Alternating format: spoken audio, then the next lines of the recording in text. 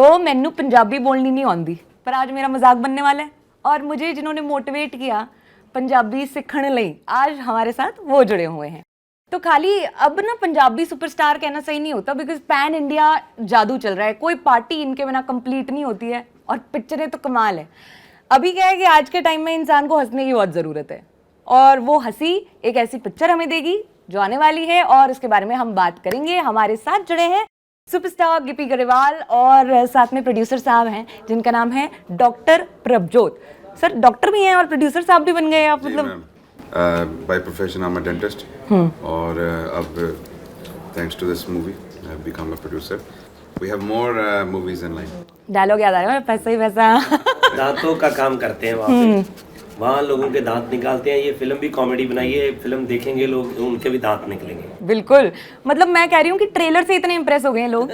Film का नाम है पानी च मदानी जी। तो जैसा मैंने कहा पंजाबी तो मेरे को इतनी अच्छी आती नहीं है। आपने बहुत सही बोला, 100% सही बोला, पानी च मदानी परफेक्ट बोले। ओफो, देखा मैंने कहा ना पंजाबी सीखने के लिए जो मोटिवेशन है यही है, तो इसलिए निकल जा रही है। पानी च मदानी का मतलब क्या होता है? ये पानी की मदानी का जो रियल मीनिंग है वो ये है कि सम टाइम हम कोई काम करते हैं, जब हम किसी के साथ कुछ बिजनेस करते हैं, जब हम कोई बात किसी को एक्सप्लेन करते हैं, जैसे मैं आपको कोई चीज़ एक्सप्लेन करें, इतनी लंबी चौड़ी बात हो जाए कि उसमें से कोई आउटपुट ना निकले, कोई रिजल्ट ना निकले, पता नहीं कहाँ से शुरू हुई है, क्या है, बंदा कहता है इसमें से कुछ नहीं निकलने वाला, यार ये पानी में मदानी फेर रहे हैं, वो कर रहे हैं, मतलब कुछ। सो मेरी लाइफ है जो फिल्म में वो कुछ ऐसी है कि जिसका जिंदगी में से कुछ नहीं निकल रहा, कुछ करने लगता है, कुछ ना कुछ खराब हो जाता है, सब बोलते हैं कि इसका कुछ नहीं बनेगा। सो दैट इज व्हाई ये फिल्म का टाइटल रखा पानी च मदानी। आपने तो पानी च मदानी करके भी करंट निकाल दिए हैं लोगों के लिए। पूरे करंट निकाले हैं। वैसे तो पानी में से बहुत कुछ निकल जाता है, उन्होंने बिजली निकाल दी पानी में से। सो बहुत सी चीजें पानी में से निकलती हैं और इस फिल्म में से निकलेगा पूरा आफ्टर आपका जो वीकेंड है, ये फेस्टिवल वाला वीकेंड, दिवाली वाला वीकेंड। सो मजेदार होने वाला है। तो दिवाली बुक कर लिया हमने, दिवाली बुक है ना। अभी फिल्म में मैं जब ट्रेलर देख रही हूँ, जितना मुझे समझ में आता है, तो उसमें ना बड़ा 80s का टच है ना, 80s का समय की बात हो रही है। तो पंजाब आपको कैसे दिखाना है? आपने देखा हुआ है, आपको एक्सपीरियंस है, वो पुराने स्कूटर आपने दिखाए हैं, माहौल आपने दिखाया है। जब यूके गए तो वो यूके का 80s कैसे दिखा पाए? मुश्किलें नहीं आई आपको? बहुत सी मुश्किलें थी। उसके लिए सबसे पहली मुश्किल थी ये कि प्रोड्यूसर को कन्विंस करना कि हम 80s की फिल्म बनाएंगे वहाँ पे, क्योंकि खर्चा बहुत ज़्यादा है। बहुत सी चीज़ें हैं जो VFX बढ़ गया 1-1.5 करोड़ का मिनिमम, जो पहले अगर हम आज की डेट में करते तो वो था ही नहीं, है ना। तो वो एक सबसे पहले इम्पोर्टेंट चीज़ थी। बाकी ये था कि यहाँ पे शूट करते थे, मोस्ट ऑफ द टाइम हमें वो चीज़ें ब्लॉक करनी पड़ती थी। जैसे हमने टाउन ब्लॉक किया है, रोड की परमिशन ले ली, गाड़ियाँ सबकी सब पीछे तक सब गाड़ियाँ हमने छोड़ी, और बट लोगों को रोक नहीं सकते थे फुटपाथ के ऊपर, ये वो आते थे, उनको इरेज करना पड़ा, मास्क पहन के घूम रहे थे लोग। अच्छा, पैंडेमिक के टाइम पे ये फिल्म शूट हुई थी। सो वो चीज़ें की प्रॉब्लम थी। बट क्या डायरेक्टर ने, हमारे जो विजय कुमार अरोड़ा जी, उन्होंने इतनी प्रिपरेशन की थी इस चीज़ की, इतना काम किया था कि हम ये ऐसे करेंगे, ये वैसे करेंगे। काफ़ी पार्ट्स क्रोमा पे शूट किए गए, तो प्लेट्स ली गई कि हम ये ऐसे कर लेंगे, वाइड शॉट बाहर किए, क्लोज इधर किए, वो बहुत सी टेक्निकली टर्म यूज़ करने के बाद ही बन पाई फिल्म। कोई ऐसा मोमेंट आपको याद है कि कोरोना था, मास्क सैनिटाइजर सब कुछ चल रहा है, तो बड़ा कंटाल गए हो, मतलब बड़े इरिटेट हो गए हो कि ये वाली चीज़ तो मुझसे नहीं हो रही है? नहीं थी, क्योंकि मुझे याद है कि डे 1 के ऊपर ही जब हम शूट पे जाते थे, तो जैसे आप यहाँ पे आए हैं, पूरा बाहर ही पहले टेम्परेचर चेक करो, सबके मास्क होने चाहिए, और हमें आदत नहीं थी कि एज अ आर्टिस्ट कहीं पे भी जाते हैं ऐसे ही चले जाते हैं ना। तो वहाँ पे हमने क्या किया, मेरे साथ ही इनकी डिस्कशन हुई थी, मैंने सोचा कि बाहर ना गोरे लगा दो कि जिसको पता ही नहीं है कि कौन कौन है। हाँ। कोई भी है तो पहले है ना कि चेक करे, मास्क चेक करे, चीज़ें चेक करे, सब कुछ है सब कुछ नहीं है, आलतू फालतू बंदा नहीं होना चाहिए, कोई प्रॉपर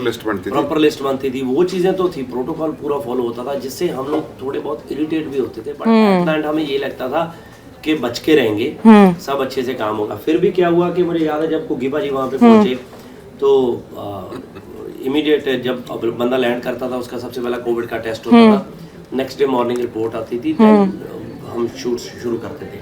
क्योंकि भाई पहुंचे, उनका रात को टेस्ट हुआ, सुबह रिपोर्ट आनी थी, तो वो शूट पे आए, तो हमसे मिले विले, बातें हुई, खाना वाना खाया, है ना, पूरा एंजॉय कि रेडी हो जाओ, शूट करना है, शूट करना है। जब तक वो रेडी हुए उनकी रिपोर्ट आई कि वो पॉजिटिव है। ओहो हो। तो मतलब सब ऐसे हो गया, क्योंकि जब वो आए थे तो बड़ी जप्पियां डाल डाल के सब मिले, है ना, वो आगे भाई आगे भाई आगे भाई, तो हमें था कि रिपोर्ट तो आ ही जाएगी, ही इज ओके। तो पंगा नहीं, हमें तो ना पता था कि पॉजिटिव निकल आएगा।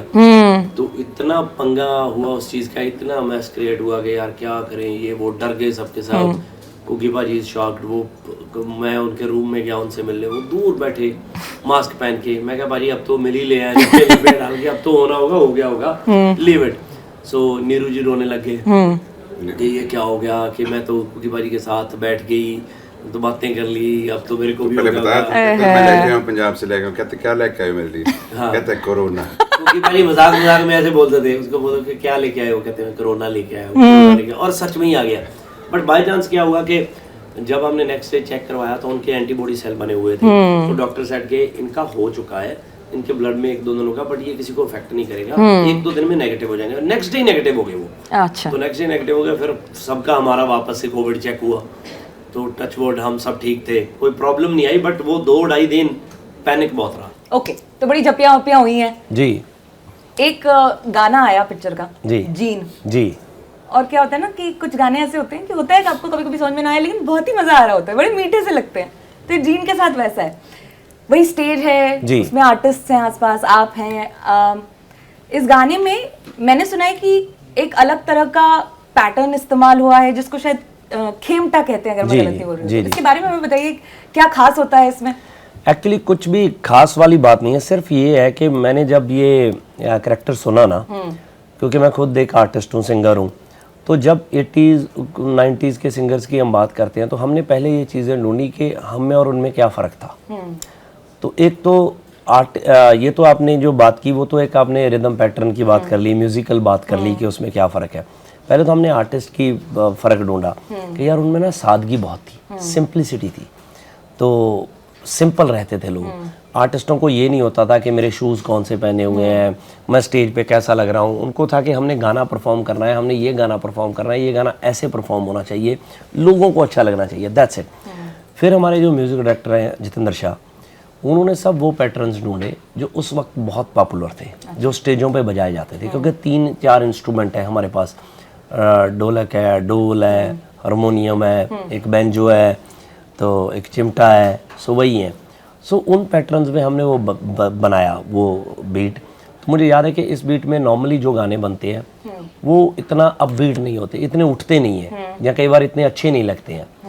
तो बाय चांस ही क्या हुआ कि उन्होंने मुझे बनाया, तो वो जितेंद्र शाह टोल्ड मी कि मेरी पूरी टीम इसके अगेंस्ट थी कि ये नहीं, ये ठीक नहीं है। तो उसने बोला कि एक काम करते हैं, गिप्पी जी को भेज के देखते हैं, उनका रिएक्शन देखते हैं। तो मुझे याद है कि at that time I am in UK, तो हमने गाना बना लिया था, यहाँ पे मैं डब करके गया था रफ। तो जब मैं यूके पहुँचा तो उन्होंने मुझे गाना भेजा, तो with my one of my close friend, तो उसकी गाड़ी में थे, तो हमने ना साउंड करके लगाया। तो वो जो पैटर्न आया ना, मुझे फील हुआ कि मैं स्टेज पे हूँ, हो जट्टा दे परमिशन तू। सो मुझे लगा कि यार ये परफेक्ट है। तो मैंने उनको फ़ोन लाया, अच्छा पता नहीं क्या था, उन्होंने फ़ोन उठाते ही बोला नहीं अच्छा लगा। मैं कहा अरे छेड़ना मत, ये परफेक्ट है, यही चाहिए, ये स्टेज है। ये मुझे लग रहा है कि मैं उस टाइम मैं जब मैं देखता था चमकीला जी गा रहे हैं, कुलदीप मानक जी, मुझे वो फील आ रहा है, रॉ है, यही रखेंगे, बिल्कुल भी नहीं छेड़ना कहता। तो अभी भी मुझे शाह जी के साथ कभी बात हो तो वो कहता है कि मैंने 100% चेंज करना था, कि सिर्फ आपके कॉन्फिडेंस की वजह से हमने यही रखा कि यार ये ठीक है, क्योंकि कोई मान नहीं रहा था। आज सब बोल रहे हैं कि ये परफेक्ट है। क्योंकि वो क्या ना, जब वो स्टेज देखते हैं, वो ऑडियंस देखते थे, जब हम शूट कर रहे थे, हमें जो पैशन आता था, जो फील बनता था, वो इतना अच्छा लगा। सो गाने, क्योंकि फिल्म डुएट की थी, म्यूजिकल फिल्म थी, क्योंकि music is very important for this film, तो हर गाने में ही वो रखा गया कि इसको कैसे बनाएं, इसको कैसे बनाएं। अच्छा, मैं ये भी सवाल आपसे पूछने वाली थी कि उस समय में जब वो 80s का, लेट 80s का शायद दौर चल रहा होगा, तो आप किसी ऐसे तरह के शो में जाते थे, किन्हीं पर्टिकुलर आर्टिस्ट को बहुत पसंद करते थे? मैं बहुत से आर्टिस्टों को, क्योंकि मेरी तो जो वोकल का टेक्सचर है ना, जो मेरी गायकी है, हर बंदे की गायकी का एक रंग होता है कि यार ये ऐसा गाता है, ये वैसा गाता है। मेरी वोकल बहुत रॉ है, तो मैं गाता हूँ तो लोगों को पता चलता है कि ये गांव टाइप वाली वोकल है, जो सॉलिड हार्ड वोकल होती है, बहुत से आर्टिस्ट हैं जिनके ऐसे वोकल का टेक्सचर है। तो मैंने तो अपने बचपन में सबसे पहला जो शो देखा था ऐसे, तो मैंने चमकीला जी का शो देखा था। हमारे डुएट सिंगर थे बहुत ही लेजेंडरी, अमर सिंह चमकीला, तो उनका शो देखा था। तो वो मुझे थोड़ा थोड़ा सा याद है, जैसे ब्लरी सा भी, मुझे लगता है मैं 10-11 साल का होऊंगा, तो तब की बात है ये। तो बट मैंने उनको सुना बहुत है, मतलब सारे गाने ऐसे ही याद थे उनके, मानक साहब, गुरदास पाजी, सबको सुना। वो चीज़ें ऑटोमेटिकली आपके अंदर आ जाती हैं, आप सुनने लग जाओ ना। सो बहुत से लोग मैं देखता हूँ कि बहुत सुरीले आर्टिस्टों को सुनते हैं, कई लोग राहत साहब को, नुसरत साहब को सुनते हैं, बट वो सिंगर नहीं होते। जब वो गाते हैं ना, कई बार वो सेम ही नोट लगा जाते हैं, तो मैं शौक के यार उन्होंने इतनी बार सुन लिया होता है कि उनको वो चीज़ गुनगुनाने में ईजी लगने लगे, जबकि वो बड़ी हार्ड चीज़ होती है समटाइम। सो अब मैंने उनको इतना सुना तो ऑटोमेटिकली मेरी वोकल का टेक्सचर वैसा था थोड़ा। अभी इसमें ऐसा भी दिखाया है ट्रेलर की शुरुआत में ही कि आप जाते हैं स्टेज पर परफॉर्म करने के लिए और लोग बड़े नाराज से होते हैं या कम जनता होती है। आपने अपना जब शुरुआत में, मैं सुनती हूँ जब एल्बम लॉन्च किया तो क्राउड फंडिंग जैसी चीज़ें हुई और बहुत सारी चीज़ें हुई, कभी वो दौर था आपने स्टेज पे परफॉर्म किया, आपको आगे की सीट्स खाली मिली या कुछ जिसने आपको आज गिप्पी बनाया हो? एक्चुअली क्या है कि मैंने जब स्टार्ट किया तो मैंने परफॉर्म किया ना, तो क्या होता था कि उस वक्त हमें टाइम ही तब मिलता था बड़े शो में, मतलब मान लो कि कोई इवेंट है या कोई शोज़ हैं जिसमें बड़े आर्टिस्ट आने वाले हैं, मुझे तो टाइम तभी दिया जाता था जब खाली कुर्सियाँ होती थी कि थोड़े से लोग हैं 20-50, जहाँ बिल्कुल शुरू में या बिल्कुल एंड में, जब तक ख़त्म ही हो गया ना, क्योंकि जब भर गया तो पीक में मेन आर्टिस्ट आने लग गए, तो प्राइम टाइम पे तो आपको टाइम मिलेगा ही नहीं ना, क्यों तब कैसे मिल जाएगा। तो अभी क्या है कि अभी मैं सोचता हूँ कि बट मेरे को कोई नाराज़गी नहीं है कि किसी ने मुझे टाइम नहीं दिया, क्योंकि हो सकता है जैसे आज मैं हूँ तो आज जब मुझे टाइम मिलता है तो वो बहुत प्राइम टाइम पे मिलता है। तो बहुत से आर्टिस्ट ऐसे होते हैं जिनमें बहुत पोटेंशियल है, उनको बेचारों को सही टाइम ही नहीं मिल पाता। ठीक है, मेरी तो किस्मत अच्छी थी कि हम लकीली स्ट्रगल व्रगल करते करते आगे निकल के हम आ गए। बहुत से लोग तो आ ही नहीं पा रहे, उनको समझ ही नहीं पड़ रही कि हमने क्या करना है, कहाँ जाएँ। क्योंकि अभी क्या हो गया, अभी फिर भी एक जो सबसे बड़ा प्लस पॉइंट हो गया वो है ये यूट्यूब, सोशल मीडिया। हमारे टाइम पे तो था नहीं, बिल्कुल भी नहीं। अब तो लोग एक गाना डालते हैं, गाना आया होता है एक, आर्टिस्ट सुपर हिट है। मेरा गाना था फुलकारी, वो पंजाब में इतना सुपर हिट गाना था कि हर शादी में 50-50 बार वही गाना रिपीट पे बजता था, रिपीट पे। किसी को जाके मैं बोलता था कि अगर उस शादी में मैं हूँ कि ये मैंने गाया है, तो लोग मतलब पहचानते ही नहीं था कोई, नोबडी नोज कि मैंने गाया है। तो मतलब मुझे ऐसा होता था कि यार मेरे ही गाने के साथ इतनी दुनिया नाच रही है और नोबडी नोज हुआ है। तो मैं एक बार वैंकूवर था, तो मैं वहाँ पे काम करता था, सिक्योरिटी गार्ड की जॉब करता था। तो रात का वक्त मैं जॉब पे था, तो एक वेयर हाउस था, उसके बाहर सिक्योरिटी गार्ड था। तो वेयर हाउस बंद होता था, सारी रात कोई काम नहीं होता था, बस जैसे चौकीदारी है, आपने खड़ना है वहाँ पे। तो I'm like that। तो मैं रेडियो सुनता रहता था। तो रेडियो लगाया, रेडियो वाले ने बोला कि एक आपको गाना सुना रहे हैं कि सुपर हिट गाना है पंजाब का, कोई शादी नहीं निकलती इसके बिना, लोग 20-20 बार सुनते हैं ये वो, सो आइए सुनते हैं ये गाना फुलकारी। उसने गाना लगाया तो मैंने भी गाना सुना। तो मैंने ना उसको फ़ोन किया, रेडियो होस्ट को। 25 मिनट तो 20 मिनट पहले मुझे होल्ड पे रहा, अरे होल्ड पे रहिए, है ना। तो होल्ड पे रहा, तो मैंने, उसने जब फ़ोन उठाया, मैं कहा कि आपने गाना लगाया था ऐसे ऐसे फुलकारी, तो आपने नाम नहीं लिया उसका, सिंगर का। कहता यार एक्चुअली मुझे पता ही नहीं था कि नाम क्या है। मैं कहा तो मत लगाते भाई, किसने बोला था आपको? मैं कहा जब आप काम कर रहे हो तो आप पूरा क्यों नहीं कर रहे? अच्छा वो ना मेरे को उसने क्वेश्चन पूछा, कहता आपने बहुत गुस्सा किया, यू नो हिम, आपका रिश्तेदार है, आपका कोई रिलेटिव है? मैं कहा नहीं, मैं खुद हूँ। कहता अरे अच्छा आपको, कहता मैं क्या मेरा नाम गिप्पी है, तो मैं यहाँ पे हूँ, I am doing security job, तो मैं चाहता हूँ कि आप मेरा गाना लगाएं बार बार, थैंक यू उसके लिए, बट मेरा नाम ज़रूर बोलिए, क्योंकि लोगों को पता ही नहीं है कि गाना किसने गाया है। तो वो कहता कि आप रेडियो सुन रहे हो? मैं क्या? कहता ठीक है सुनते रहना। तो मैंने फ़ोन काटा, तो देन अगेन उस बंदे ने 5 मिनट के बाद फिर वापस गाना प्ले किया, ये बोल के कि मुझे अभी पता चला कि उस लड़के का नाम गिप्पी गरेवाल है, वो वैंकूवर में है, तो कमाल है, ये है वो है। तो फिर फरमाइश आई तो मैं वापस लगाता हूँ। फिर उसने मुझे कॉल किया और मेरी एक इंटरव्यू की रेडियो के ऊपर ना, कि लोगों को पता चले कि कौन है ये वो। थोड़ा ऐसी चीज़ों से फ़र्क पड़ने लगा डे बाय डे। फिर नेक्स्ट एल्बम आई, वो और हिट हो गई, तो चीज़ें हुई। सो अदरवाइज़ आज की डेट में ये चीज़ तो बहुत आसान है कि अगर आप में कुछ ना कुछ है, आपके गाने में दम है तो आप डालो यूट्यूब पे, ऐसे ही चल जाता है।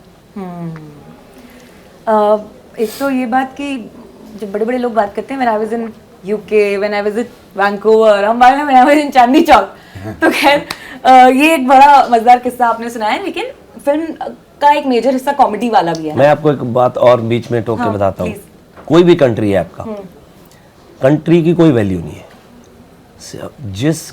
जो कंट्री आपको खाना दे रहा है, जो कंट्री आपको रोटी दे रहा है ना, वही आपका कंट्री है। बिल्कुल। वही सब चीज़ें हैं। क्योंकि जब मैं वैंकूवर था, यहाँ था, मैं पंजाब से हूँ, मेरे खून में पंजाब है, हमारी मिट्टी भगवान हमारे लिए सब कुछ वही है, उसी ने हमें रोटी दी। वहाँ पे भी जब मैं वैंकूवर में था ना, काम में कर रहा था वो चीज़ें, बट खाना मुझे फिर वहाँ के पंजाबियों ने भी मुझे खाना दिया। तो मतलब हर जगह पे वही लोग हैं। इन्वॉल्व क्या था कि मेरी लैंग्वेज, मेरे को पंजाबी आती थी, पंजाबियों ने मुझे खाना दिया। तो जहाँ पे आप बैठे हो, आप दिल्ली में बैठे हो, आपको यहाँ आप कर रहे हो, तो यही भगवान है, यही आपके लिए है। सो वो चीज़ें मायने, और कंट्री सब ऐसी हैं, उन कंट्रियों में भी कुछ ऐसा नहीं है कि मतलब वहाँ पे जाके कोई बहुत बड़ी चीज़ है। वहाँ से लोग यहाँ आते हैं, वो कहते हैं कि वी ट्रैवल टू इंडिया, मतलब उनके लिए वो बड़ा है, फॉरेन कंट्री है, तो सेम चीज़ है।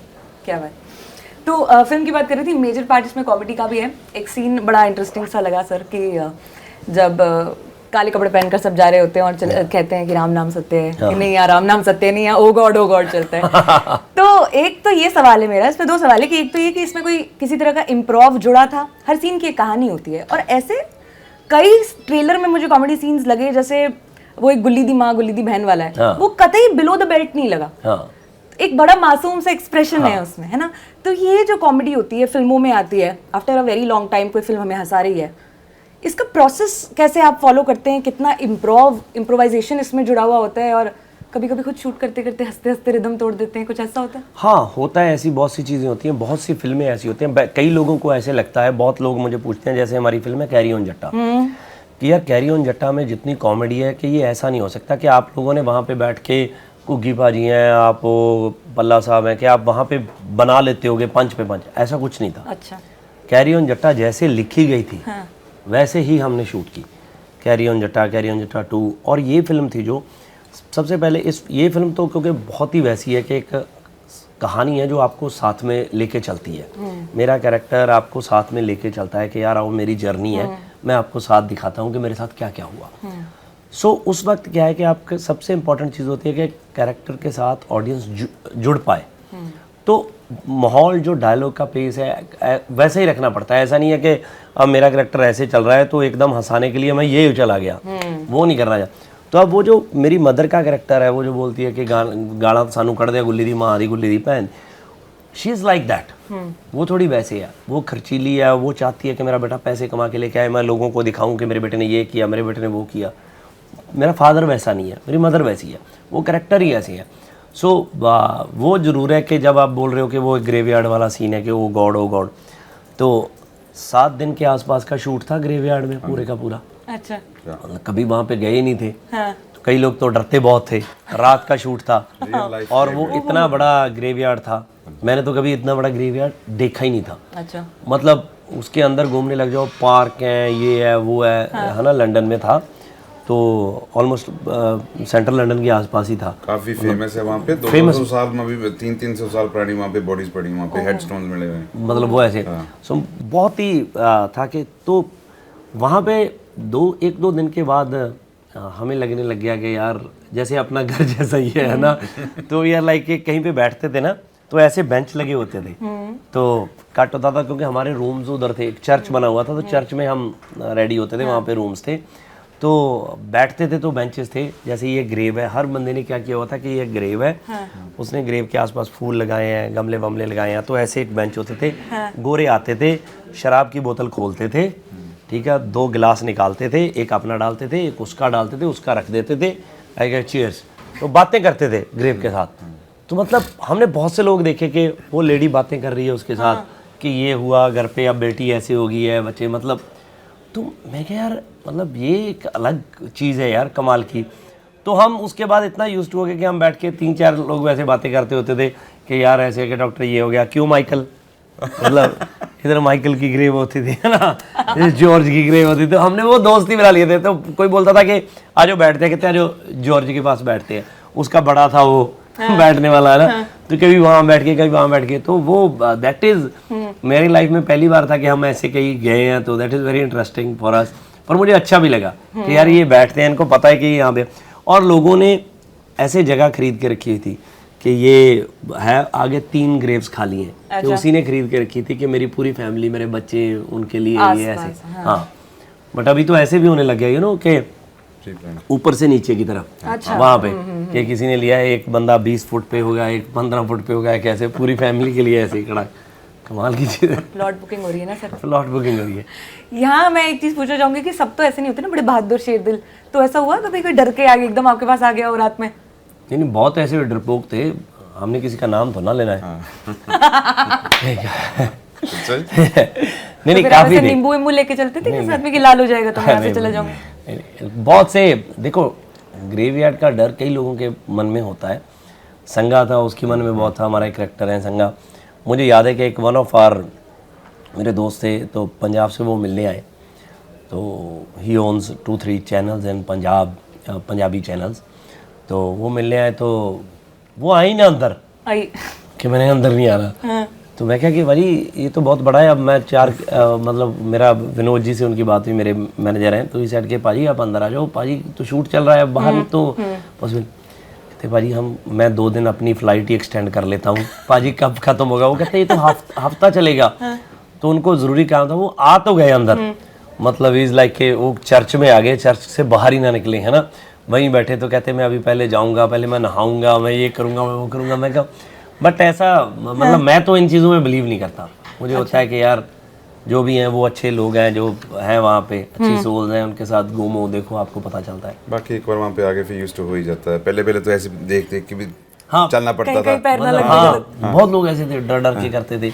हमारा एक सीक्वेंस था कि भागो, मतलब ऐसे हो जाता है कि कुछ उठ गया कि किसी को लगता है कि कोई भूत आ गया, one of is like that, तो सब एकदम भागते हैं वहाँ से, इधर उधर।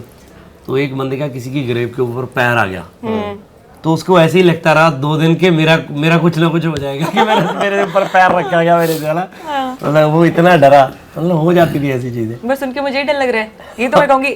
अच्छा, बहुत सारे उसमें भी एक सीन है वो खट्टा नींबू और मीठा नींबू वाला, वो भी बड़ा क्रेजी है। तो ये जो कॉमेडी स्क्रिप्टिंग है या स्क्रीन प्ले है, इसके पीछे कौन है, हम उनका भी नाम जानना चाहेंगे। नरेश कथूरिया इज हमारे इंडस्ट्री का सबसे अच्छे राइटर है। कॉमेडी में तो बहुत ही अच्छे हैं, जैसे we are talking about carry on Jatta type, सारी फिल्में उनकी लिखी हुई हैं। तो बहुत बड़ी फिल्में उन्होंने लिखी हैं पंजाबी की, जितना ह्यूमर है पंजाब का मुझे लगता है सब अच्छी फिल्में उन्होंने लिखी हैं। सो वो है, तो उनका ये होता है कि यार ये ऐसे है, तो वो बहुत सी चीज़ें ऐसे करते हैं। कई बार वो पहले जैसे पूरी कहानी लिख भी लेते हैं, लिखने के बाद उनको पता चलता है कि अच्छा ये कुकी पाजी ने प्ले करना है रोल, तो फिर वो उसके हिसाब से भी थोड़ी चीज़ें करते हैं।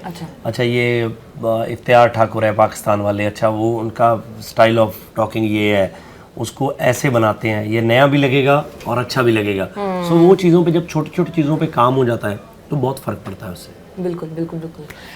तो जितने सारे लोग हैं, एक तो ये उन्हें बताइए कि कहाँ फिल्म देख सकते हैं, कब देख सकते हैं, और क्या कुछ संदेश आप ललन टॉप के दर्शकों को देना चाहेंगे?